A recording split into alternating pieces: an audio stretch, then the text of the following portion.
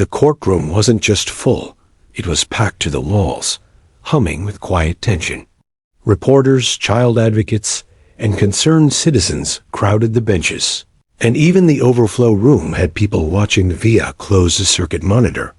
Everyone had heard about the Emily case, as it had come to be called. It was the kind of case that stopped a town in its tracks. A 6-year-old girl testifying in court against her former foster parent, a man once considered a pillar of the community. The defendant, Mark Rollins, sat at the defense table in a crisp gray suit, stoic and unreadable.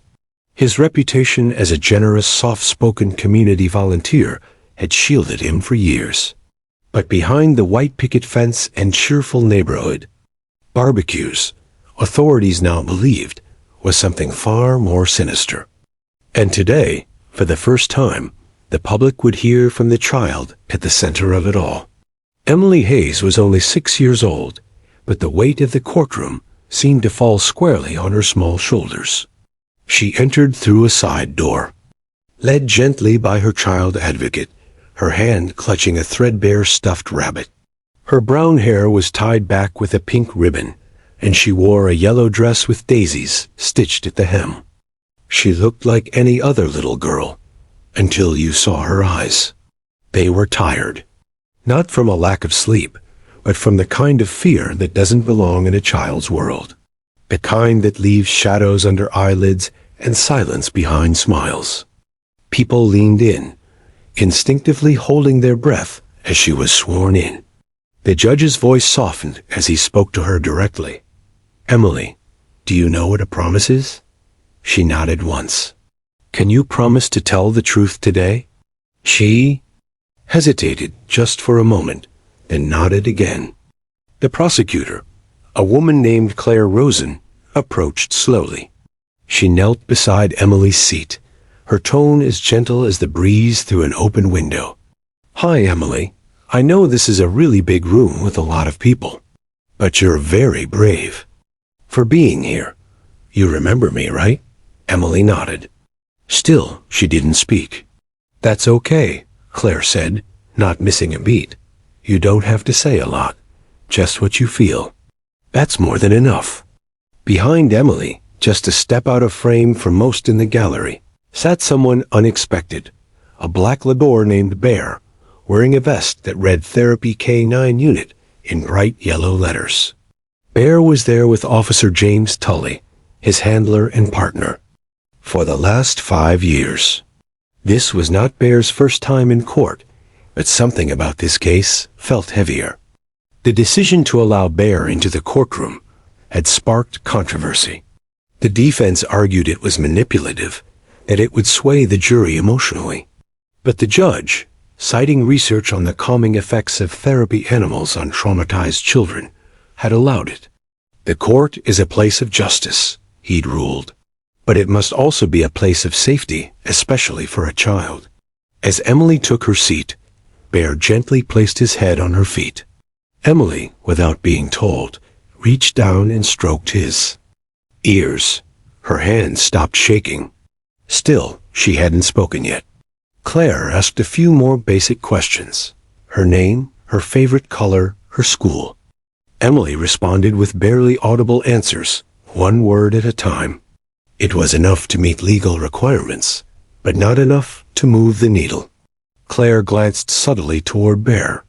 "Do you like dogs, Emily?" This time, a longer pause. Then, a tiny yes. "Do you like Bear?" Another nod, and then a whisper. "He's nice." The courtroom softened. Even the judge allowed a flicker of a smile. It was the first glimpse of who Emily might have been, before everything. But as soon as Claire pivoted toward questions about the foster home, the shift was immediate. Emily's eyes dropped. Her voice disappeared. She began pulling at the hem of her dress, her fingers trembling again. Her stuffed rabbit, now seated in her lap, was gripped so tightly the seams looked strained. Claire backed off quickly, adjusting. She didn't push. She'd worked enough child abuse cases to know that trauma doesn't follow a script. Meanwhile, The jury watched closely 12 men and women who had been instructed to rely only on facts, but who now faced something beyond paperwork or photographs. A child. A real child. Mark Rollins sat stone-faced. No eye contact. No expression. But his lawyer, Robert Daly, smirked. To him, this was going exactly as expected. A scared little girl. An emotional courtroom. Nothing that could prove guilt beyond a reasonable doubt. But then something happened. Emily stopped pulling on her dress. Her gaze turned not toward Claire, not toward her caseworker, but toward Bear. She blinked and pointed at him. The judge leaned in slightly, curious. Claire paused. Emily's voice was soft, barely audible, but clear. He knows. Silence fell like a dropped curtain. No one spoke. Claire blinked. What was that, sweetie? Emily didn't look away from Bear. Her fingers still gently stroked his fur. He knows. He was there too. Now the room changed. Journalists in the back stopped scribbling. The bailiff subtly moved forward, unsure of what to expect. Even the judge's gavel hand tensed. Claire approached cautiously. Emily, who do you mean? Emily didn't answer. But her next words sent goosebumps down spines. The other dog. He saw what happened. He barked and barked. He tried to help me. Claire's heart pounded. This wasn't in the prep. Notes. Emily had never mentioned another dog. Then Emily leaned into Bear and whispered something, just loud enough for the microphone to catch. He reminds me of Max. Max was the only one who cared. A collective inhale swept across the room. From that moment, everything changed. For a long moment, the courtroom held its breath. Emily's words, he knows, he was there too, still hung in the air like a secret finally spoken. She hadn't pointed at the defendant, or the prosecutor, or even the judge. She had pointed at Bear, the therapy dog sitting at her feet. And she had mentioned another dog, Max. That name had never appeared in discovery. Not in therapist notes. Not in police interviews. No one saw it coming. The judge leaned forward. His brow furrowed. Not in skepticism, but curiosity. Counsel, he said gently to the prosecutor. May I suggest we pause and reassess? But Claire Rosen, now visibly energized, shook her head slightly. With your permission, Your Honor, I believe Emily wants to keep going. The judge gave a subtle nod. Emily's hand never left Bear's back. She stared at him now, not speaking, just breathing. Claire sat on the edge of the witness stand, at her level. Emily, who was Max? She asked softly. Emily blinked slowly. Our dog, my. Foster Daddy said he was just a dumb mutt. But Max wasn't dumb. He was smart. He knew when something was wrong. Claire's voice stayed calm. Did Max ever see something bad? Emily paused. Her lip quivered. The rabbit in her lap looked like it might tear from the pressure of her tiny fingers. Then, in the smallest voice, she answered, Yes. The jury's eyes were locked on her. One woman wiped a tear without even realizing it. Emily continued, her voice cracking like dry leaves. When he got mad, Foster Daddy, Max would stand in front of me. He'd bark so loud, but he kicked him, kicked Max hard. Claire's hands clenched behind her back. Do you remember the first time he hurt you, Emily? Emily hesitated, then looked at Bear again, as if checking for strength in the dog's silent presence. Bear's calm gaze met hers. She nodded slowly. He yelled because I dropped a glass. I said sorry, but he didn't listen. He grabbed me. Here. She pointed to her upper arm. He squeezed and shook me. Sighed I was making him look bad. The courtroom was still. Even the judge had gone quiet. The weight of her words filled the room like thick smoke. Claire held back her own emotions. She had trained for moments like this, but nothing truly prepared you for hearing a 6-year-old describe terror with such softness. Did Max try to help you then, too? Emily nodded again. He barked, jumped on the couch. Then Foster. Daddy locked him outside for a long time. It was cold. I wasn't allowed to feed him. Claire's heart cracked. And what happened to Max, Emily? Emily stared down, and her voice dropped to a whisper. He didn't wake up one morning. The prosecutor's voice wavered for the first time. I'm so sorry. The defense attorney shot up from his seat. Your Honor, this is emotionally manipulative. There's no documentation of this so-called dog named Max. We're chasing ghosts. The judge didn't scold him, but his glare was sharp. Mr. Daly, sit down. You'll have your time. Right now, we're hearing a child speak for the first time about what she endured. Show restraint. Daly sat, fuming, but he could feel it. The case was slipping. Meanwhile, Emily looked toward Claire, tears now slipping down her cheeks. She hadn't raised her voice once. She didn't scream. She didn't even seem angry, but the truth of her pain was undeniable. Claire reached into her file and pulled out a drawing. Emily, do you remember drawing this in therapy? Emily leaned forward.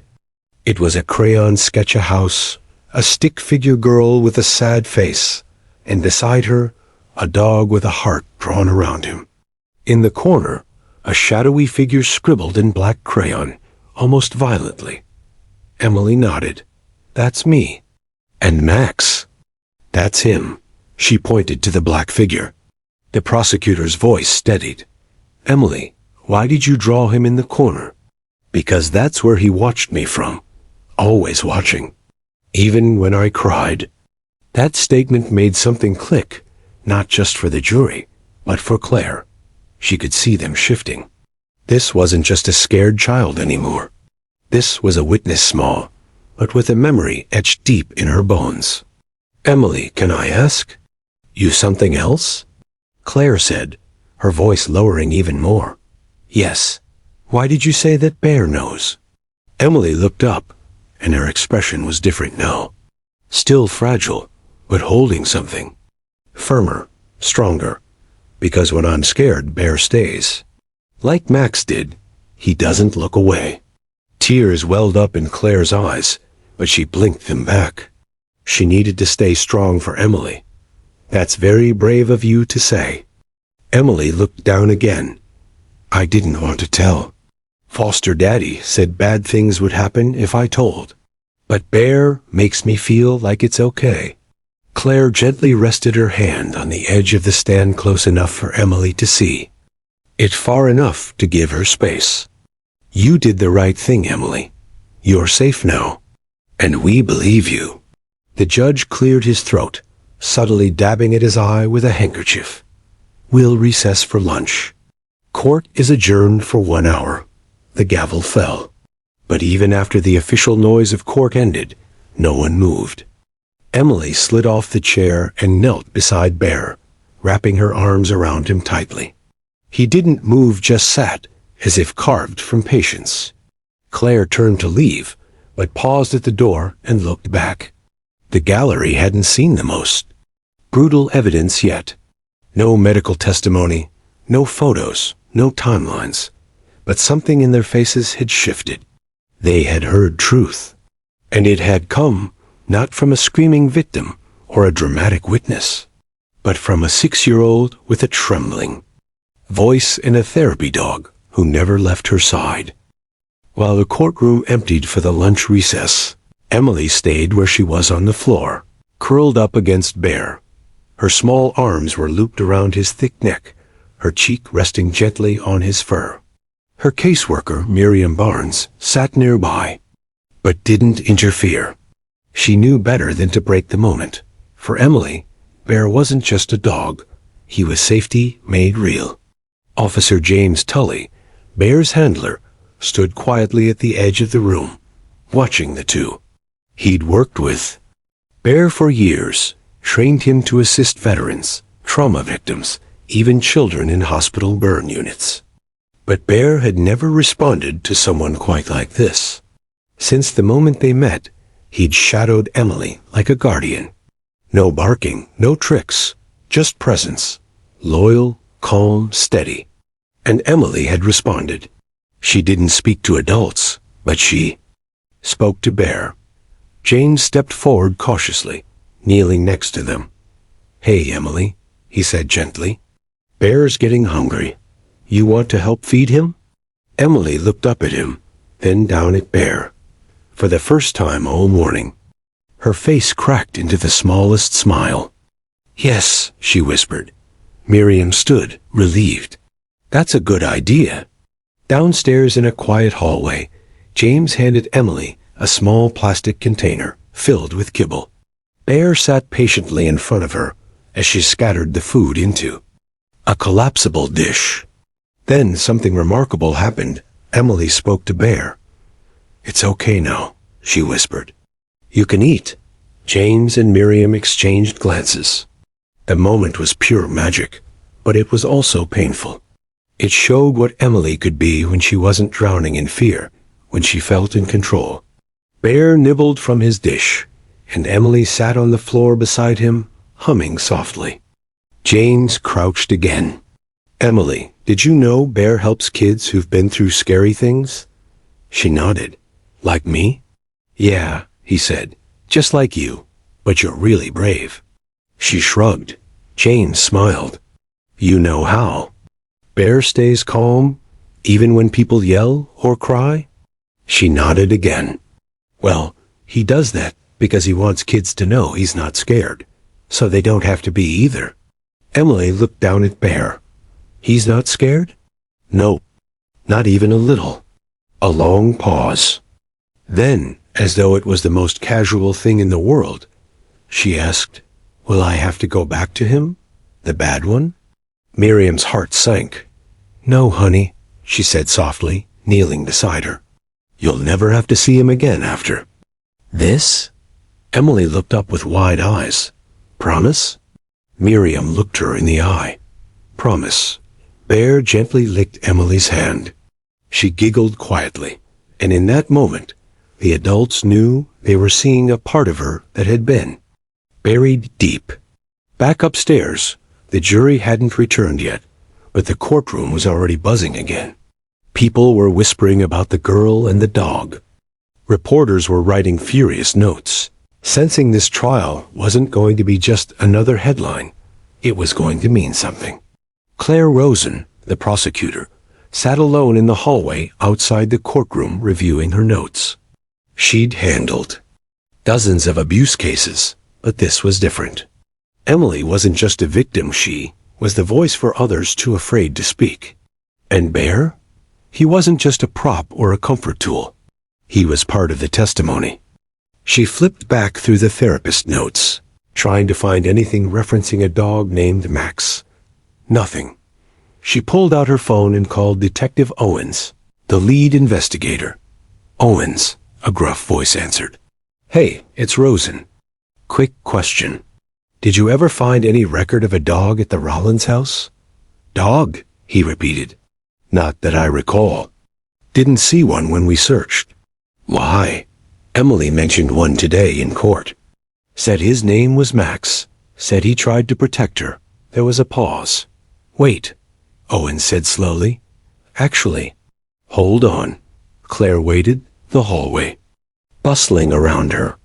"I've got something here," he finally said. In one of the early neighbor interviews, someone mentioned a dog that used to bark late at night. Said it disappeared suddenly about 6 months before we got the call. No follow-up on it. Just figured it was rehomed. Claire stood, heart racing. "Send me that report, now." Back in the courtroom, the jury returned to their seats, looking more alert than before. Word had spread during lunch. Even the most skeptical among them couldn't deny the shift they'd witnessed in that little girl. The judge entered. Court is back in session. Emily re-entered, this time walking on her own. with Bear beside her. Claire approached the bench with a quiet confidence. "Your Honor, with your permission, I'd like to submit additional testimony tied to the child's earlier statement regarding a secondary presence at the foster home, a dog named Max." The judge raised an eyebrow. "Has this evidence been previously disclosed? It has just surfaced? The child has only now spoken about it publicly. I've also received verification from a prior police interview with a neighbor that aligns with her statement. I'd like to proceed with questions."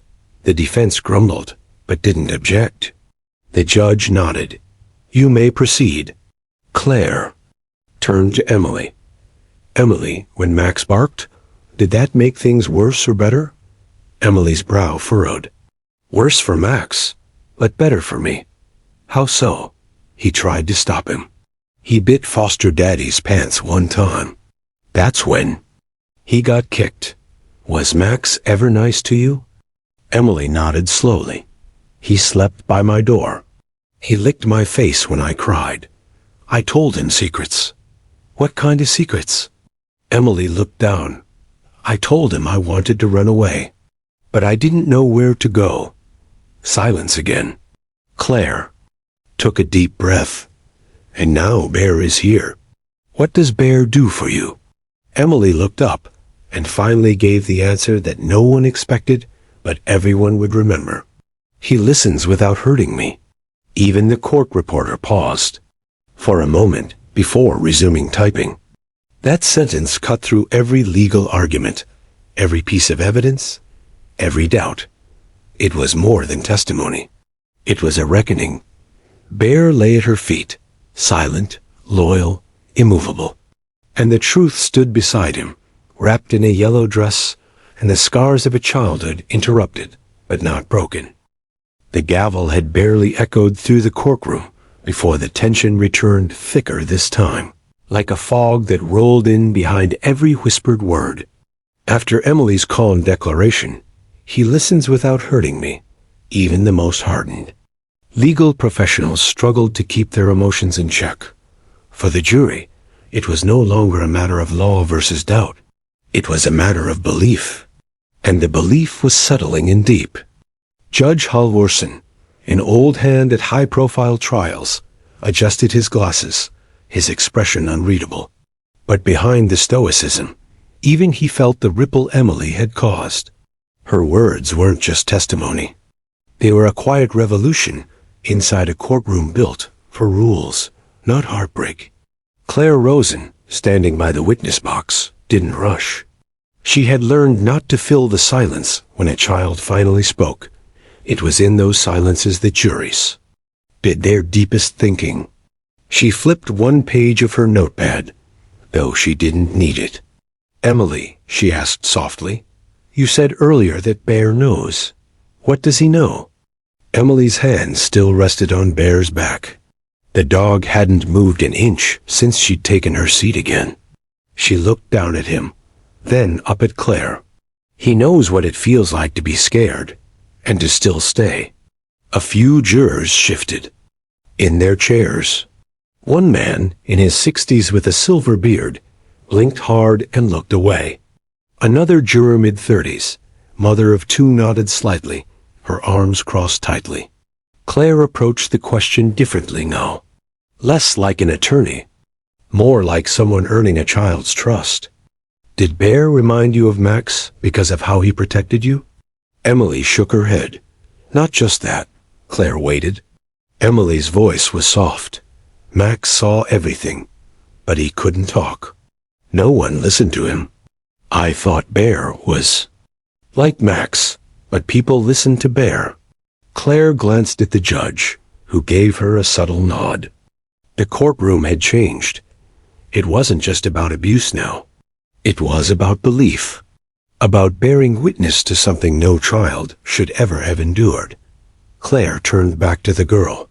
"Emily, when you say that Bear knows, are you saying Bear helped you remember things?" Emily didn't hesitate. "He helped me not forget." It was a nuanced answer. Claire knew the jury would be unpacking that line for hours, maybe days. But it was enough. and it was real. Still, she had one more risk to take. Emily, if I ask you to tell the jury one thing, just one thing you remember most about Foster Daddy, what would it be? Emily's eyes didn't waver. She looked directly at Claire. For the first time, she didn't look down or toward Bear. Her voice was low but firm. He said no one would believe me, because I'm just a little girl. The entire room seemed to hold a collective breath. Even the defense attorney, Robert Daly, didn't object. Not because he agreed, but because even he didn't have the nerve to interrupt that kind of truth. Then Emily added with quiet fire, "But Bear believes me." Those two words, "Bear believes," were not dramatic. They were not screamed. They didn't need to be. They landed. Every person in the room knew it. Claire nodded slowly. "Thank you, Emily. No more questions, Your Honor." She stepped back. The courtroom was silent as the judge looked toward the defense table. "Mr. Daly, your cross-examination?" Daly stood slowly, buttoning his suit jacket. He was seasoned, sharp and calm, but now he seemed rattled, his expression tight. He approached the stand with caution. "Emily," he began, voice neutral, "I'm going to ask you some questions now. Is that okay?" Emily didn't respond. Bear looked up, just a tilt of the head, but Emily's hand on his back remained steady. Daly tried again. "You remember things that happened at the house, right?" "Yes," she said flatly. "Do you remember how many people lived in that house?" Emily looked at him now. "Me, Foster Daddy, and Max." Daly glanced at the jury. "Not your foster mother?" "She left. He said she couldn't handle me." A flicker of discomfort crossed Daly's face. That wasn't the response he expected. "Do you remember what day these events happened?" Emily looked down. "No, but I remember the green cup broke. That was the day he got mad. I remember what I wore. I remember hiding in the closet with Max." Claire watched Daly closely. He was trying to chip away at the testimony, but Emily wasn't crumbling. Daly changed tactics. "Emily, do you know what it means to tell the truth?" Emily nodded. "Did anyone tell you what to say today?" "No." "Did someone tell you what Bear wants you to say?" Emily narrowed her eyes slightly. "Bear doesn't talk." Some members of the jury chuckled under their breath.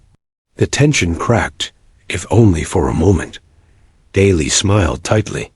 "Right, but sometimes people think dogs can talk in feelings. Right? Did someone say Bear feels what you feel?" Emily was quiet. Then she answered, "Bear doesn't have to feel. He knows." It was done. The defense didn't know it yet, but it was done. Daly closed his notebook. "No further questions, Your Honor." The judge nodded. "You may step down, Emily." The bailiff gently approached, and Emily stood. But instead of walking off, she knelt beside Bear one more time. She hugged him and whispered, "You did good."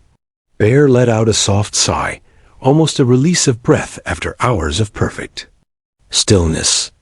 The jury watched her walk out of the courtroom, holding Bear's leash, led not by fear, but by a gentle sense of peace. For the first time, she left the room taller. As the doors closed behind her, Judge Halvorsen cleared his throat. "We'll take a brief recess before calling the next witness." But everyone in that courtroom, jury, lawyers, even the judge, knew the real witness had already spoken. Emily's testimony had ended, but its impact still reverberated through the courtroom like aftershocks from a quiet but devastating earthquake. As the bailiff gently closed the doors behind her, silence hung heavy in the air. For nearly 30 seconds, no one moved, not the jury, not the prosecution, not even Judge Halvorsen. It was as if everyone needed a moment to breathe again. Claire Rosen sat at her table, trying to collect herself. Despite all her years in the legal system, she had never seen a child disarm a courtroom with such quiet force. Emily hadn't. screamed. She hadn't begged. She hadn't dramatized.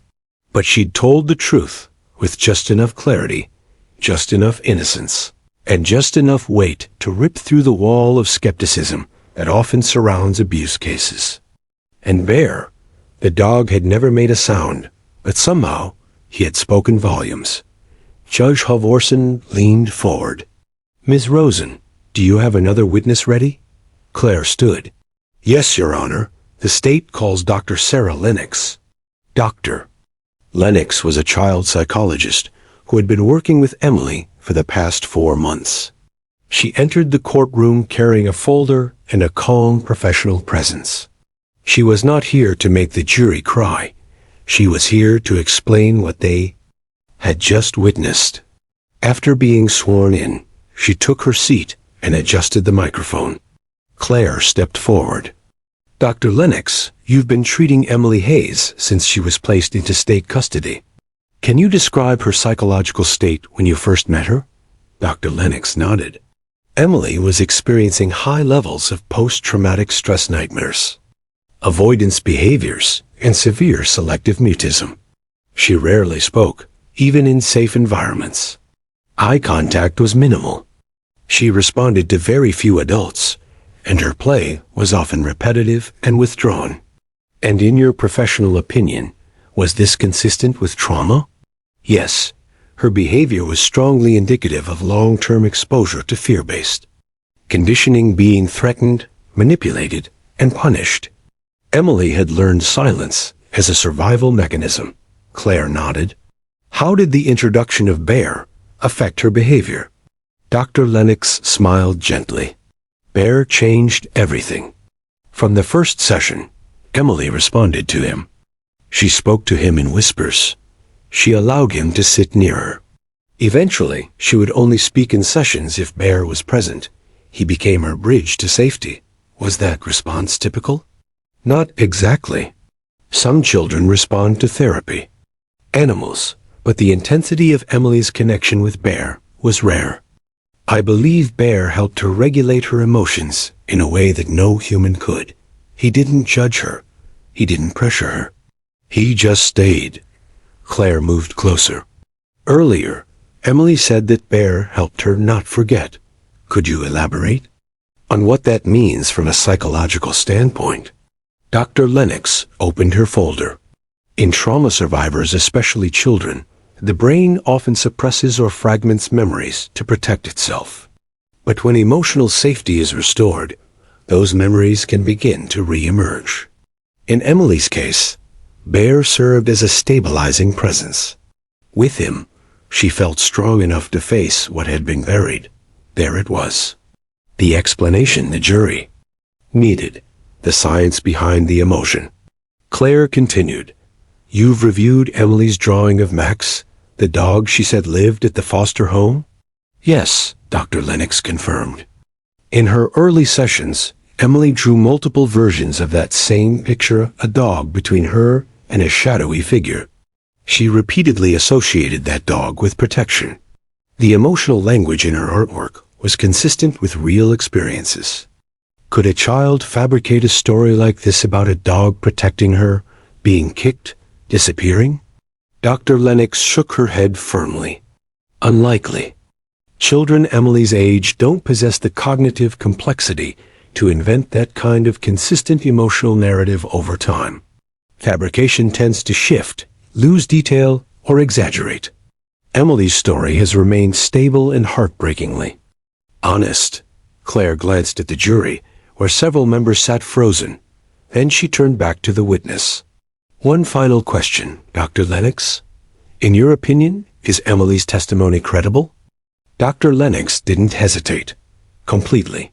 She remembers more than we expected, but she only began speaking because she felt safe. And for Emily, safety is spelled with 4 letters. B-A-R. The courtroom let out the breath it had been holding.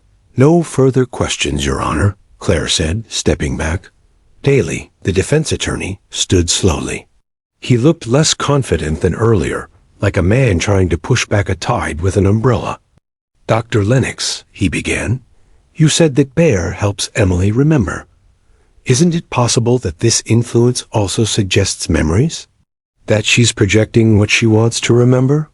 Dr. Lennox folded her hands. Therapy animals don't speak. They don't lead. They don't reward or reinforce false narratives. Bear's presence doesn't implant memories. It calms the brain enough to allow access to them. But could the child be associating Bear's comfort with imagined trauma? Imagined trauma doesn't present with consistent, documentable PTSD symptoms over multiple months, especially in a child who has never wavered in her story. Not once. Daly sighed, flipping through notes for a better angle. Can you say, with 100% certainty, that her memories are accurate? No, Dr. Lennox said frankly. No human memory is 100% accurate. But what I can say with confidence is this. Emily remembers being hurt. She remembers being alone. And she remembers a dog trying to save her. Whether you believe the details is up to this court. But she believes them, and her mind and body reflect them. Daly went silent for a moment.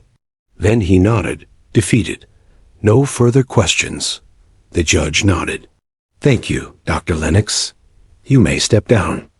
As Dr. Lennox exited, the judge glanced at the clock. We'll recess for the day. Court will resume tomorrow at 9 a.m. The gavel fell, but the room remained emotionally charged. Outside, reporters swarmed the steps. Inside, the jury filed out slowly, their faces changed. These weren't just jurors on a case. They were witnesses to a child's quiet war for justice. In a private room behind the courthouse, Emily sat with Bear curled beside her, both of them peacefully asleep. Her stuffed rabbit was clutched. In one hand, Bear's nose twitched gently as he dreamed. Miriam Barnes watched them from across the room, her heart both full and broken. She remembered, she whispered to Claire, who stood beside her. Claire nodded slowly. She didn't just remember. She survived. And for the first time since the case began, they truly believed that Emily's voice, once locked behind fear, had finally been set free. The next morning, the courthouse looked different. Not physically. The walls were still marble, the wooden benches just as stiff, but something had shifted in the energy. People didn't just enter the building to observe anymore. They came to listen.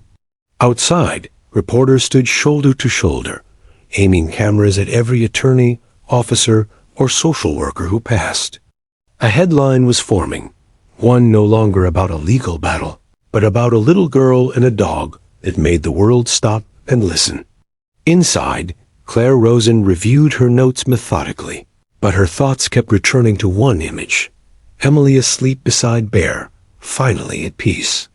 The hard part was over for her.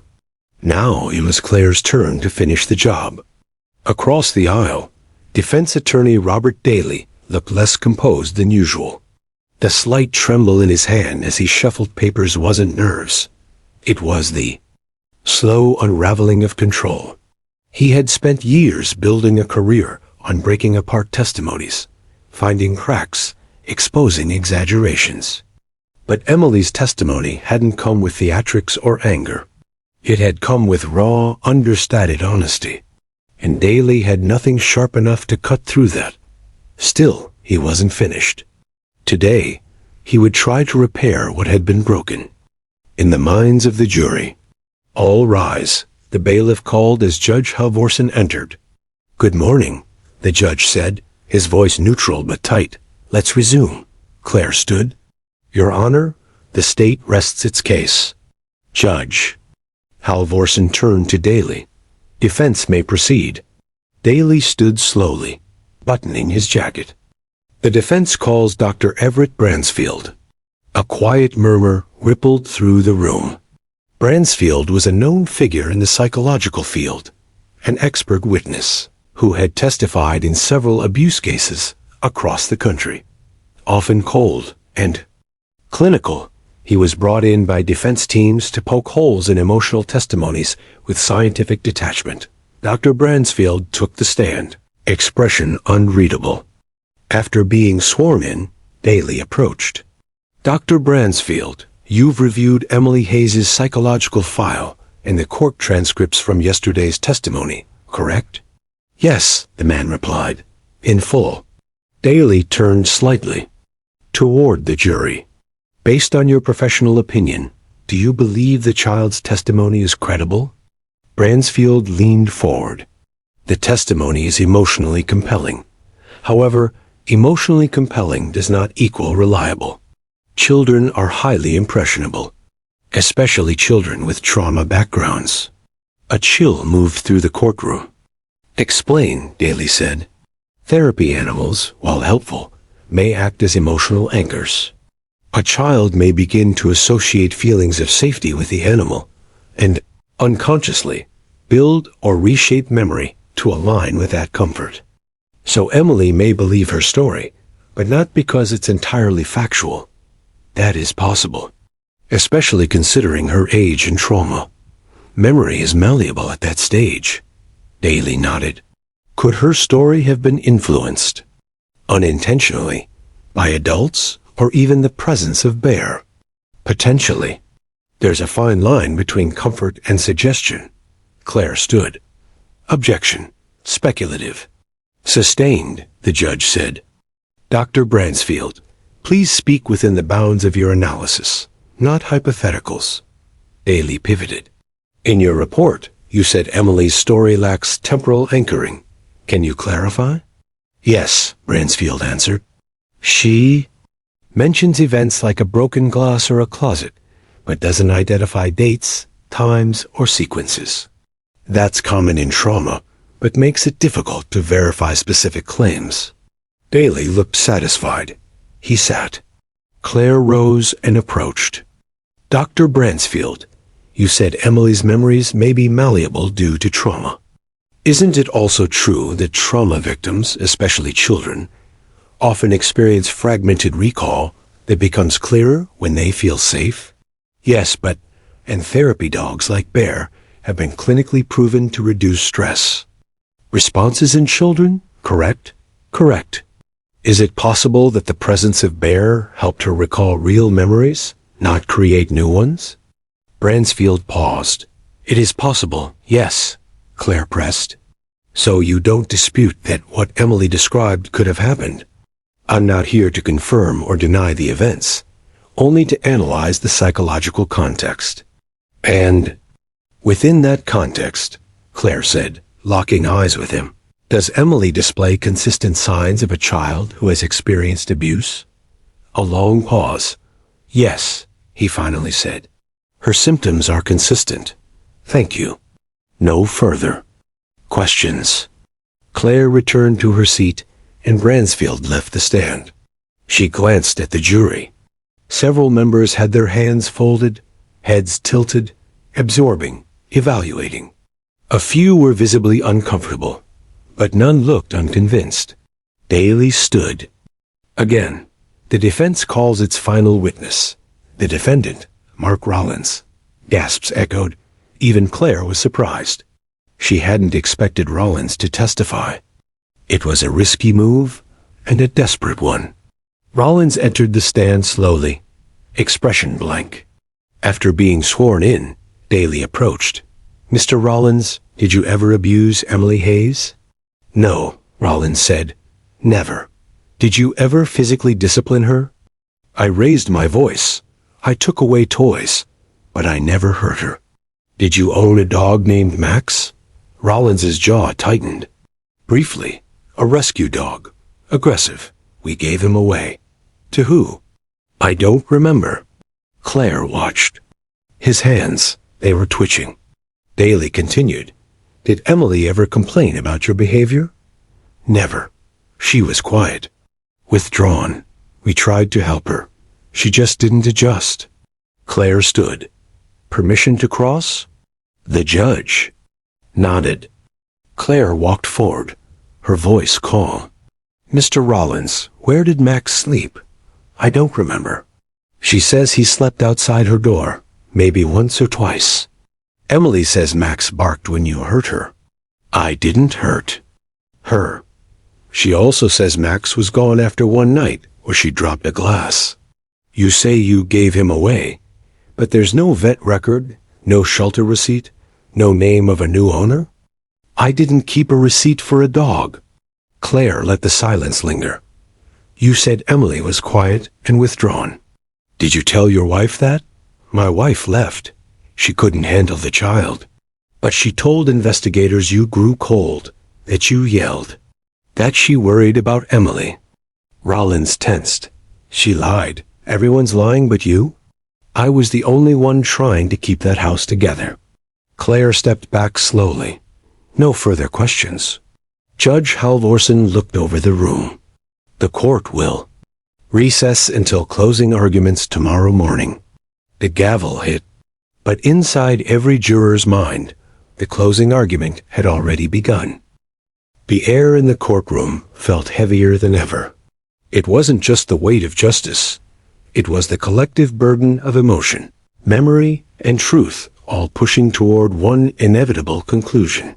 Claire Rosen sat at the prosecution's table, watching the jury file in. They looked tired, changed, as though the week-long trial had aged them, not in years, but in experience. Some of them had children. Some had tear stains on their cheeks from the day before, and all of them had listened to the voice of a 6-year-old girl who said 2 words, "He knows," and turned a courtroom upside down. Today was closing arguments. Judge Halvorsen took his seat. He looked up, scanning the room with practiced impartiality, though even he no longer looked untouched by the proceedings. Ladies and gentlemen of the jury, he began, today, you will hear the closing arguments. I remind you, closing arguments are not evidence, but summaries of each side's interpretation of the facts. Claire stood, adjusting her suit jacket and walking to the center of the courtroom. She didn't carry notes. She didn't need them. Good morning, she began. You've spent days listening, not just to words, but to what wasn't said, the silence in a child's voice, the tremble in a man's denial, the testimony of experts, the drawings of a little girl. You've watched as Emily Hayes, 6 years old, walked into this courtroom and showed more courage than many adults will in their entire lives. She paused, making eye contact with a juror in the second row, the woman who had teared up. When Emily left the witness box, you saw it too, didn't you? Claire continued.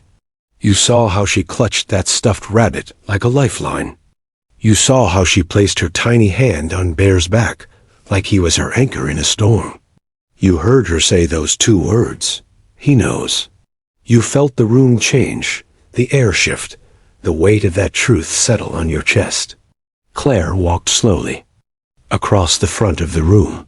She didn't come here for revenge. She didn't come here to lie. She came here because she had something to say, something she could only say when she felt safe, when she remembered. And when she remembered everything. She let the silence breathe. Mark Rollins wants you to believe that Emily is confused, that she's just a sad little girl who couldn't adjust. But trauma doesn't lie. Her drawings don't lie. Her fear doesn't lie. And you saw it for yourselves. He couldn't even remember where the dog went, a dog that was central to Emily's story. Why? Because that dog was a threat to him. Just like Emily became when she found her voice. Claire's voice softened. She didn't cry when she told you what happened. She whispered, because for her, the truth still hurts. And yet, she told you anyway. She turned to the jury. One last time, this case is not just about facts. It's about what happens in the shadows of the system. It's about the silent suffering of children who are told to keep secrets. Emily refused. She remembered. And today, I ask you to remember too, and deliver the justice she so bravely asked for. She returned to her seat. The courtroom was still, but thick with feeling. Now it was Daly's turn. He rose slowly, already knowing the uphill battle ahead of him. His face wore the smile of a man who had been cornered, but was still trying to walk out with grace. "Ladies and gentlemen," he began, "no one here doubts that Emily is a sweet little girl, and no one here wants to see her hurt. But emotion cannot replace evidence. And as you've heard, her testimony, though sincere, lacks details, timelines, and external verification." He paced slowly. "Yes," she said 2 words that moved us. He knows. But words, even powerful ones, must be tested. And in this case, the defense argues that they do not meet the burden of proof. He paused, choosing his next words carefully. "Mr. Rollins may not be perfect." He raised his voice. "He made mistakes. But there is no physical evidence, no witness testimony beyond that of a traumatized child, and no clear motive." He stopped, walking, placing a hand on the edge of the defense table. "You must decide not just what you feel, but what you can prove. And if there is even a shadow of doubt, then the law demands that you find Mr. Rollins not guilty." He sat down, visibly deflated. Judge Halvorsen gave the jury their instructions, and within the hour, the 12 individuals who had watched the entire case unfold were led into deliberation. 4 hours passed. Claire waited outside, walking slow laps of the hallway, while Bear lay beside Miriam and Emily on a bench. Emily clutched her rabbit tightly, whispering to Bear every few minutes like he was the only one who truly understood her language. "How long will it take?" Miriam asked, her voice soft. "It's hard to say," Claire replied. "Sometimes quick is a good sign. Sometimes not, but I believe they heard her. I really do." Emily tugged on Claire's sleeve. "Will the bad man go away now?" she asked. Claire knelt down beside her, meeting her eyes. "That's what we're hoping, sweetheart. That's why you were so brave." Emily looked over at Bear, then back at Claire. "I think he's not scared anymore," she said, "because I'm not scared anymore either." The door opened. "All rise," the bailiff called as the jury returned. The foreperson handed a folded piece of paper to the judge, who read it silently, then nodded. The courtroom fell breathlessly still. In the matter of the state of Ohio versus Mark Rollins on the charge of felony child endangerment, how does the jury find? The foreperson stood. "We, the jury, find the defendant guilty," gasps, a faint sob from the back row. Emily squeezed Bear so tightly his tags jingled. On the next charge, aggravated child abuse, the same verdict followed, guilty. Judge Halvorsen looked directly at the defendant. "Sentencing will take place in 2 weeks. Until then, Mr. Rollins is remanded into custody without bail." As Rollins was led out, red-faced and trembling, Emily stood on her bench and watched him go. For the first time since the trial began, she didn't flinch. Later that evening, as the sun dipped behind the courthouse, Emily sat in the grass. Outside the building, Bear resting beside her. "Do you think Max is okay now?" she asked quietly. Miriam knelt beside her. "I think Max knew he did his best. And I think he's proud of you." Emily looked down at Bear and smiled. A real smile. "Bear's proud too. I can feel it." She picked up her rabbit, tucked it under her arm, and for the first time in months, stood up without help. It had been 3 weeks since the verdict. 3 quiet, healing weeks. Outside the courthouse, life returned to its usual rhythm. Reporters packed up. Lawyers moved on to new cases. But for those who had been inside that courtroom, those who had watched a 6-year-old girl find her voice through a dog named Bear, nothing would ever feel entirely the same again. Emily Hayes was no longer the girl who barely spoke. She was now a name whispered in legal circles. Her story was shared in courtrooms, classrooms, and conferences as an example of resilience in its rawest form. But to Emily, she was just a girl who finally felt safe. A new chapter on a warm Saturday afternoon. Claire Rosen drove out to a small home nestled in the Ohio countryside. A modest house with yellow shutters, a red mailbox, and a swing tied to the large maple tree in the front yard. She knocked twice, and the door opened to reveal Miriam. Her face lit up when she saw Claire, and she stepped aside to let her in. "She's out back," Miriam said, smiling softly. "You can go to her." Claire stepped through the living room and into the backyard. There, under the same maple tree, sat Emily. She was on a colorful picnic blanket, wearing a blue sundress and drawing with crayons. Bear lay beside her, head on his paws, ears twitching at the breeze. When Emily saw Claire, her whole face brightened. "You came," she said, hopping up to hug her. Claire crouched down and hugged her back. "Of course I did. I missed you." Emily held up her drawing. "It's me and Bear, but this time we're superheroes." Claire smiled. "I think that's exactly what you are." They sat down together, Bear shifting slightly to rest his head in Emily's lap. The man who couldn't escape the truth, Mark Rollins, had been sentenced to 18 years in prison. The courtroom had been packed again. That day, this time with social workers, child advocates, and even local officials who had quietly followed the trial's aftermath. The judge's words still echoed in Claire's memory. "You failed the one person you were trusted to protect, and the court cannot, and will not, overlook the courage of a child who exposed what you thought you could hide." Mark didn't say a word during sentencing. He didn't apologize. But no one expected him to. The moment Emily pointed at Bear and whispered, "He knows," was the moment Mark lost control of the narrative. And he would never get it back. Bear the healer. Bear, the gentle therapy dog who had sat beside Emily in court, became something of a legend.